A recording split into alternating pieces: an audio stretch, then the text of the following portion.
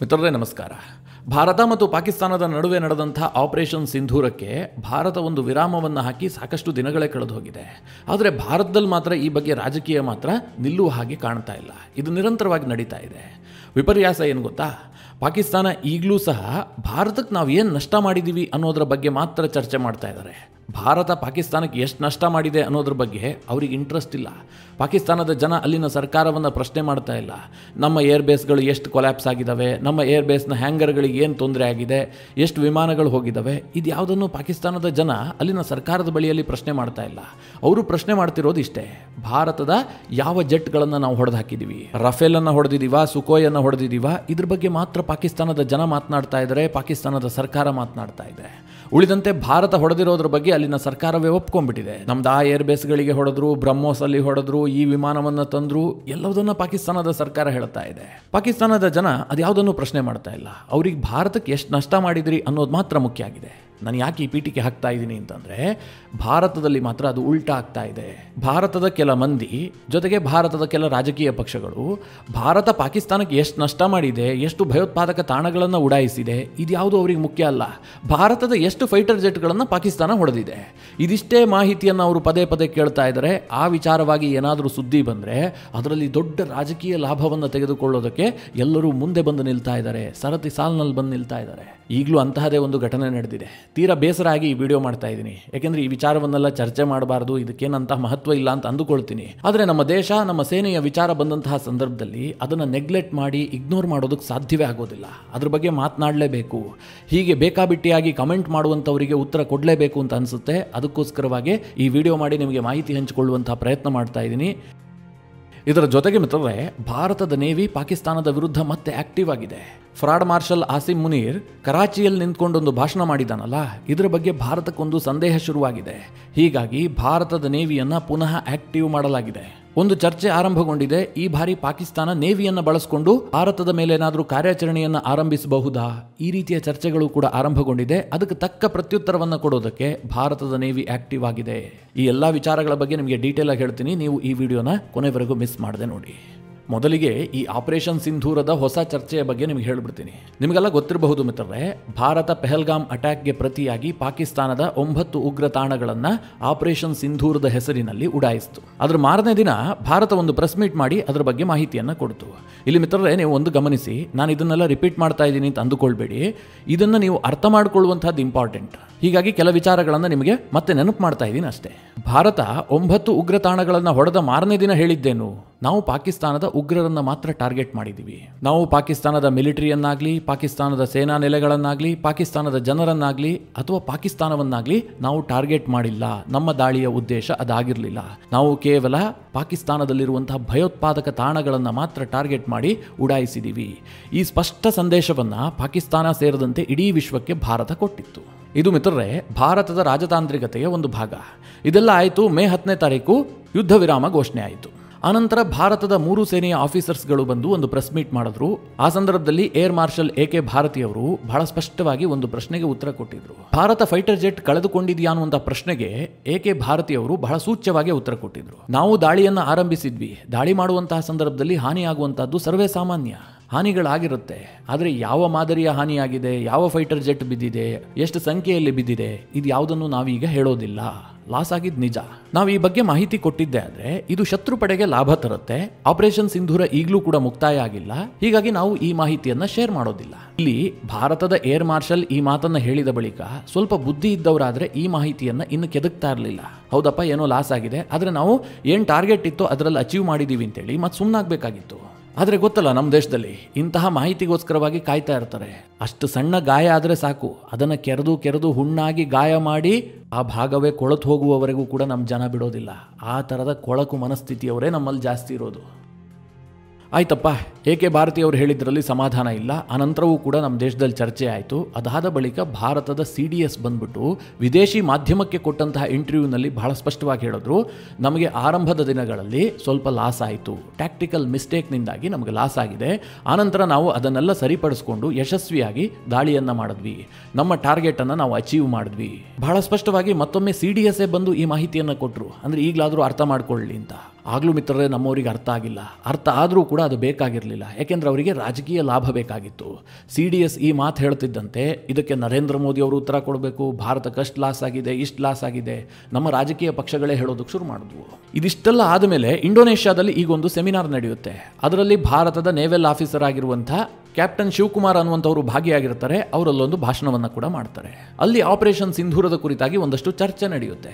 ಆ ಸೆಮಿನಾರ್ನಲ್ಲಿ ಭಾಗಿಯಾಗಿದ್ದಂಥ ಇಂಡೋನೇಷ್ಯಾದ ಒಬ್ಬ ವ್ಯಕ್ತಿ ತಾನು ಭಾಷಣ ಮಾಡುವಂತಹ ಸಂದರ್ಭದಲ್ಲಿ ಆಪರೇಷನ್ ಸಿಂಧೂರದಲ್ಲಿ ಭಾರತಕ್ಕೆ ಕೆಲ ಫೈಟರ್ ಜೆಟ್ಗಳ ನಷ್ಟ ಆಗಿದೆ, ಭಾರತ ಹಲವು ಫೈಟರ್ ಜೆಟ್ಗಳನ್ನು ಕಳೆದುಕೊಂಡಿದೆ ಅಂತ ಆತ ಒಂದು ಅಭಿಪ್ರಾಯವನ್ನು ವ್ಯಕ್ತಪಡಿಸಿದ್ದ.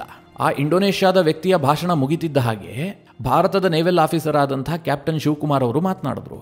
ಆಗ ಶಿವಕುಮಾರ್ ಬಹಳ ಸ್ಪಷ್ಟವಾಗಿ ಹೇಳಿದ್ರು, ಈ ಹಿಂದೆ ಮಾತನಾಡಿದಂಥವರು ಭಾರತ ಆಪರೇಷನ್ ಸಿಂಧೂರದ ವೇಳೆ ಅನೇಕ ಫೈಟರ್ ಜೆಟ್ಗಳನ್ನು ಕಳೆದುಕೊಂಡಿದೆ ಅಂತ ಹೇಳಿದ್ರು. ಅದು ಸತ್ಯಕ್ಕೆ ದೂರವಾದಂತಹ ಮಾತು. ಭಾರತ ಈ ಆಪರೇಷನ್ ವೇಳೆ ಕೆಲ ಫೈಟರ್ ಜೆಟ್ಗಳನ್ನು ಕಳೆದುಕೊಂಡಿದೆ. ಇನಿಷಿಯಲಿ ನಮಗೆ ಲಾಸ್ ಆಗಿರುವಂಥದ್ದು ನಿಜ. ಅದಕ್ಕೆ ಕಾರಣ ಏನು ಕೇಳಿದ್ರೆ, ಭಾರತದ ಸಿವಿಲಿಯನ್ ಗವರ್ನಮೆಂಟ್ ನಮಗೊಂದು ಆದೇಶವನ್ನು ಕೊಟ್ಟಿತ್ತು. ಆ ಕಾರಣದಿಂದಾಗಿ ನಾವು ಪಾಕಿಸ್ತಾನದ ಮಿಲಿಟರಿಯನ್ನು ಗುರಿ ಮಾಡೋದಕ್ಕೆ ಸಾಧ್ಯ ಆಗ್ತಾ ಇರಲಿಲ್ಲ. ಪಾಕಿಸ್ತಾನದ ಏರ್ ಬೇಸ್ಗಳನ್ನಾಗಲಿ ಅಥವಾ ಏರ್ ಡಿಫೆನ್ಸ್ ಸಿಸ್ಟಮ್ಗಳನ್ನಾಗಲಿ ನಾವು ಹಾನಿ ಮಾಡೋದಕ್ಕೆ ಸಾಧ್ಯ ಆಗಿರಲಿಲ್ಲ. ಕೇವಲ ಉಗ್ರರ ತಾಣಗಳನ್ನು ಮಾತ್ರ ಗುರಿಯಾಗಿಸಿ ದಾಳಿ ಮಾಡಬೇಕು ಅಂತ ನಮಗೆ ಸರ್ಕಾರದ ಆದೇಶ ಇತ್ತು. ಈ ಕಾರಣದಿಂದಾಗಿ ನಮಗೆ ಕೆಲ ನಷ್ಟಗಳಾದವು. ಅನಂತರದಲ್ಲಿ ನಾವು ತಂತ್ರಗಾರಿಕೆಯನ್ನು ಕಂಪ್ಲೀಟ್ ಆಗಿ ಬದಲು ಮಾಡ್ಕೊಂಡ್ವಿ, ಕಂಪ್ಲೀಟ್ ಡಾಮಿನೆನ್ಸ್ ಅನ್ನು ಸಾಧಿಸಿದ್ವಿ. ಹೀಗಂತ ಕ್ಯಾಪ್ಟನ್ ಶಿವಕುಮಾರ್ ಅಲ್ಲಿ ಮಾತನಾಡ್ತಾರೆ. ಮಿತ್ರರೇ, ಇದರಲ್ಲಿ ವಿವಾದ ಆಗುವಂತಹ ಯಾವುದಾದ್ರೂ ಪದಗಳನ್ನು ನೀವು ಗುರುತಿಸೋದಕ್ಕೆ ಸಾಧ್ಯ ಇದೆಯಾ?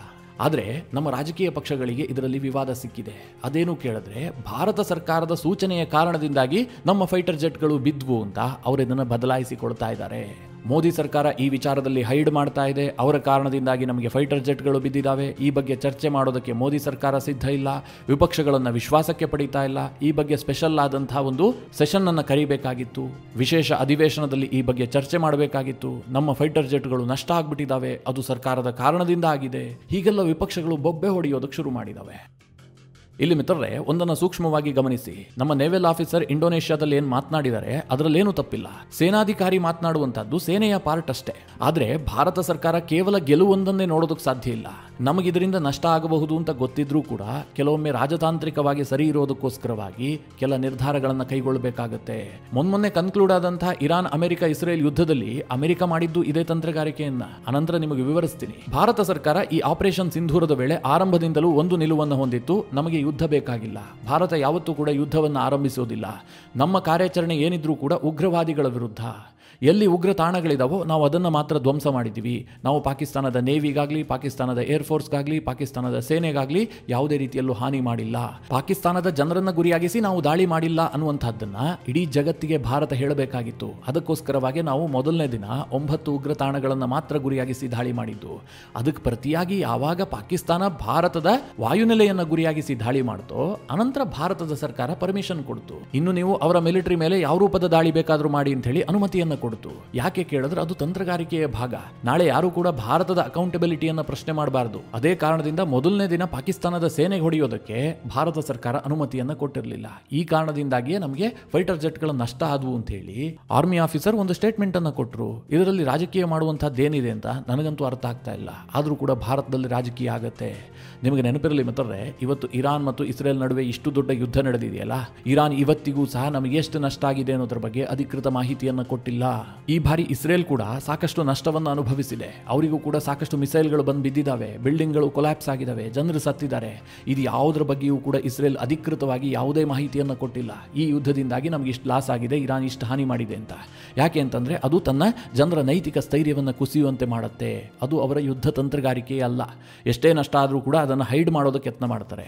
ಅಲ್ಲಿ ಆಡಳಿತ ಪಕ್ಷ, ವಿಪಕ್ಷಗಳು ಇವ್ರು ಯಾರೂ ಕೂಡ ದೇಶವನ್ನು ಪ್ರಶ್ನೆ ಮಾಡೋದಿಲ್ಲ ಇಷ್ಟೊಂದು ನಷ್ಟ ಆಗ್ಬಿಡ್ತಲ್ಲ ಅಂತ. ಬದಲಾಗಿ ಸರ್ಕಾರಕ್ಕೆ ಸಾಥ್ ಕೊಡ್ತಾರೆ. ಹೌದು, ಯುದ್ಧ ಅಂದ ಮೇಲೆ ನಷ್ಟ ಆಗುವಂತಹದ್ದು ಕಾಮನ್. ನಮಗೇನು ಅಲ್ಟಿಮೇಟ್ ಆಗಿ ವಿಜಯ ಸಿಗಬೇಕಪ್ಪ. ಆಪರೇಷನ್ ಸಿಂಧೂರದ ಉದ್ದೇಶದಲ್ಲಿ ನಾವು ಯಶಸ್ವಿಯಾಗಿದ್ದೀವಿ, ನಮಗೆ ಜಯ ಸಿಕ್ಕಿದೆ. ಪಾಕಿಸ್ತಾನ ಸೋತು ಶರಣಾಗಿ ಯುದ್ಧ ನಿಲ್ಲಿಸಿ, ಯುದ್ಧ ವಿರಾಮ ಬೇಕು ಅಂತ ಬೇಡಿಕೆ ಸಲ್ಲಿಸಿದೆ. ಇದನ್ನೀಗ ಅವರೇ ಒಪ್ಕೊಳ್ತಾ ಇದ್ದಾರೆ. ಇಷ್ಟಾದರೂ ಸಹ ನಮ್ಮ ದೇಶದಲ್ಲಿರುವಂತಹ ಮಹಾನ್ ಬುದ್ಧಿಜೀವಿಗಳಿಗೆ, ಕೆಲ ವಿಪಕ್ಷದ ನಾಯಕರಿಗೆ ಈ ವಿಚಾರದಲ್ಲಿ ಸಮಾಧಾನ ಇಲ್ಲ. ಇಲ್ಲಿ ವಿಪಕ್ಷಗಳು ಈ ವಿಚಾರವನ್ನ ಪದೇ ಪದೇ ಕೆದಕ್ತಾ ಹೋದ್ರೆ ಮೋದಿಗೇನೋ ಹಿನ್ನಡೆ ಆಗಬಿಡುತ್ತೆ ಅಂತ ಭಾವಿಸಿದಾವೆ. ಆದ್ರೆ ಅದು ಕೇವಲ ಮೋದಿಗಾಗುವ ಹಿನ್ನಡೆ ಅಲ್ಲ, ಇಡೀ ದೇಶಕ್ಕಾಗುವ ಹಿನ್ನಡೆ, ದೇಶದ ಸೇನೆಗಾಗುವಂತಹ ಹಿನ್ನಡೆ ಎನ್ನುವಂಥದ್ದು ಈ ಕಾಂಗ್ರೆಸ್ ಪಕ್ಷಕ್ಕಾಗ್ಲಿ ಅಥವಾ ವಿಪಕ್ಷಗಳಿಗಾಗ್ಲಿ ಅರ್ಥ ಆಗ್ತಾ ಇಲ್ಲ. ಅವ್ರಿಗೆ ಅಷ್ಟೆಲ್ಲ ಅರ್ಥ ಆಗುವಾಗಿದ್ದಿದ್ರೆ ನಮ್ಮ ದೇಶ ಯಾಕೆ ಹೀಗಿರ್ತಿತ್ತು? ಬಿಟ್ಬಿಡಿ ಆ ವಿಚಾರವನ್ನ. ಇದರ ನಡುವೆ ಮಿತ್ರರೇ, ಪಾಕಿಸ್ತಾನದ ಫ್ರಾಡ್ ಮಾರ್ಷಲ್ ಆಸಿಮ್ ಮುನೀರ್ ಕರಾಚಿಯಲ್ಲಿ ನಿಂತುಕೊಂಡು ಭಾರತದ ವಿರುದ್ಧ ಒಂದು ಭಾಷಣ ಮಾಡಿದ್ದಾನೆ ಅಂತ ನಿಮಗೆ ನಿನ್ನೆ ವಿಡಿಯೋದಲ್ಲಿ ತಿಳಿಸ್ಕೊಟ್ಟಿದ್ದೆ. ಇದಾಗ್ತಿದ್ದ ಹಾಗೆ ಭಾರತದ ನೇವಿ ಸ್ವಲ್ಪ ಅಲರ್ಟ್ ಆದಂತೆ ಕಂಡು ಬರ್ತಾ ಇದೆ. ಭಾರತದ ಮಾಧ್ಯಮಗಳು ನಿರಂತರವಾಗಿ ಈ ಬಗ್ಗೆ ವರದಿ ಮಾಡೋದಕ್ಕೂ ಕೂಡ ಶುರು ಮಾಡಿದವೆ. ಯಾಕೆ ಅಲರ್ಟ್ ಆಗಿದೆ ಕೇಳಿದ್ರೆ, ಈ ಫ್ರಾಡ್ ಮಾರ್ಷಲ್ ಕರಾಚಿಯಲ್ಲಿ ಭಾಷಣ ಮಾಡುವಂತಹ ಸಂದರ್ಭದಲ್ಲಿ ಏನ್ ಹೇಳಿದ್ದ, ಪಾಕಿಸ್ತಾನದಲ್ಲಿ ಆಗ್ತಿರುವಂತಹ ಎಲ್ಲಾ ಉಗ್ರ ಕೃತ್ಯಗಳಿಗೂ ಕೂಡ ಭಾರತ ಸಾಥ್ ಕೊಡ್ತಾ ಇದೆ, ಭಾರತ ಇಡೀ ಪ್ರದೇಶದ ಉಗ್ರ ಪೋಷಕ, ನಾವಿದೆಲ್ಲದಕ್ಕೂ ಕೂಡ ಪ್ರತ್ಯುತ್ತರ ಕೊಡ್ತೀವಿ ಅಂತ ಹೇಳಿ ಈ ಆಸಿಮ್ ಮುನೀರ್ ಕರಾಚಿಯಲ್ಲಿ ನಿಂತ್ಕೊಂಡು ಹೇಳಿದ್ದ. ಹೀಗಾಗಿ ನಮ್ಮ ನೇವಿಗೆ ಏನ್ ಸೂಟ್ ಸಿಗ್ತಾ ಇದೆ ಕೇಳಿದ್ರೆ, ಈ ಬಾರಿ ಪಾಕಿಸ್ತಾನ ಏನಾದ್ರೂ ತನ್ನ ನೇವಿಯನ್ನ ಬಳಸಿಕೊಂಡು ಭಾರತದ ಮೇಲೆ ದಾಳಿ ಮಾಡುವಂತಹ ದುಸ್ಸಾಹಸಕ್ಕೆ ಏನಾದ್ರೂ ಕೈ ಹಾಕಬಹುದಾ, ಈ ಒಂದು ಅನುಮಾನ ಸೃಷ್ಟಿಯಾಗಿದೆ. ಇದೇ ಕಾರಣದಿಂದ ಪಾಕಿಸ್ತಾನದ ಕರಾಚಿಯನ್ನೇ ಗುರಿಯಾಗಿಸಿಕೊಂಡು ನಮ್ಮ ನೇವಿಯನ್ನ ಆಕ್ಟಿವ್ ಮಾಡಲಾಗಿದೆ ಅಂತ ಹೇಳಿ ವರದಿಗಳು ಪಬ್ಲಿಷ್ ಆಗೋದಕ್ಕೆ ಶುರುವಾಗಿದ್ದಾವೆ. ಹಾಗೆ ನೋಡಬೇಕು ಅಂತಂದ್ರೆ, ಈ ಆಪರೇಷನ್ ಸಿಂಧೂರಕ್ಕೆ ವಿರಾಮ ಬಿದ್ದಿದ್ರೂ ಕೂಡ ಭಾರತದ ನೇವಿ ಆಗಲಿ ಭಾರತದ ಸೇನೆ ಆಗಲಿ ಪೂರ್ಣ ವಿಶ್ರಾಂತಿಗೆ ಏನು ಹೋಗಿಲ್ಲ, ಅಲರ್ಟ್ ಆಗೇ ಇದ್ದಾರೆ. ಆದರೆ ಯಾವಾಗ ಈ ಆಸಿಮ್ ಮುನೀರ್ ಈ ರೀತಿಯಾದಂತಹ ಒಂದು ಭಾಷಣ ಮಾಡ್ತಾನೋ, ತಕ್ಷಣ ಭಾರತದ ನೇವಿಯನ್ನ ಮತ್ತಷ್ಟು ಆಕ್ಟಿವ್ ಮಾಡಲಾಗಿದೆ. INS ವಿಕ್ರಾಂತ್ ಜೊತೆಗೆ ಡೆಸ್ಟ್ರಾಯರ್ಗಳು, ಫ್ರಿಗೇಟ್ಸ್ಗಳು ಮತ್ತು ಸಬ್ಮೆರಿನ್ಗಳನ್ನ ಕರಾಚಿಯ ಸಮೀಪದಲ್ಲೇ ಆಕ್ಟಿವ್ ಸ್ಥಿತಿಯಲ್ಲಿ ಇಡಲಾಗಿದೆ ಅಂತ ಹೇಳಿ ವರದಿಗಳು ಬರ್ತಾ ಇದಾವೆ.